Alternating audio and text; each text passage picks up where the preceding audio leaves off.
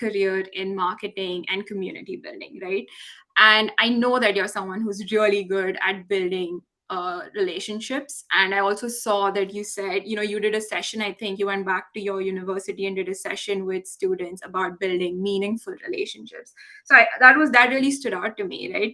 And so speak to me about that. Like, how has your community, whether it's your community growing up in Delhi and Nairobi, and then today, the community that supports you, what role has it played in your life?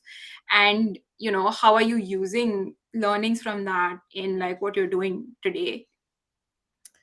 I think for me, fairly early on, I realized one of my strengths is in like anything sort of people related. I get a lot of energy from other people. If you see me at home by myself, you'd be quite shocked at just how, you know, isolated and lonely I can look. But I genuinely do get, energy from other people. And I really believe that, that's one of the best ways to learn, is from other people's stories and their learnings. So yeah, and I've always been very, I guess, proactive in, not just making friends, but also maintaining those relationships. Mm-hmm. Because they really, I just think as you grow and, the bigger you get in life and in your career and more successful. And as you move on, there are very few things that still manage to keep you grounded. And I feel like that is that community that you can rally and, people that can still make you realize that you need to keep your head on your shoulders.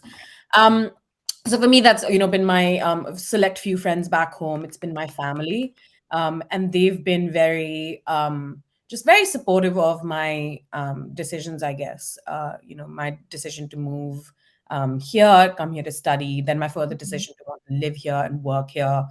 They've been very supportive of that. No one ever makes me feel like I shouldn't be doing something that is for someone else. Mm-hmm. So I think that's the sort of role that community has played for me. Mm-hmm. It's looked very different back home, and it's looked very different after coming here. I think my community sense of community at the beginning, obviously, you lack it, and you get very busy at university. So I would say, yeah, at the start, it was a lot of my university friends that I made that are still very close friends to date. I also have some family here that's really helped me settle in and understand where I am. This Melbourne, Australia is very far Mm-hmm. from where I come from.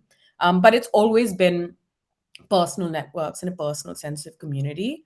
I think where the broader sense of community like struck me was when I started working at Luna.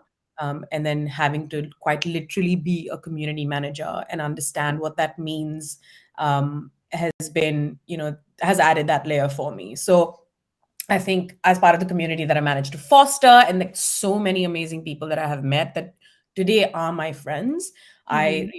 rely on them for support when I'm having a shit day at work or when I'm just having a shit day in general and I Yeah. need to speak to people. There are some people that I've met through work, at work, Mm-hmm. that just make me feel, so much calmer and supported.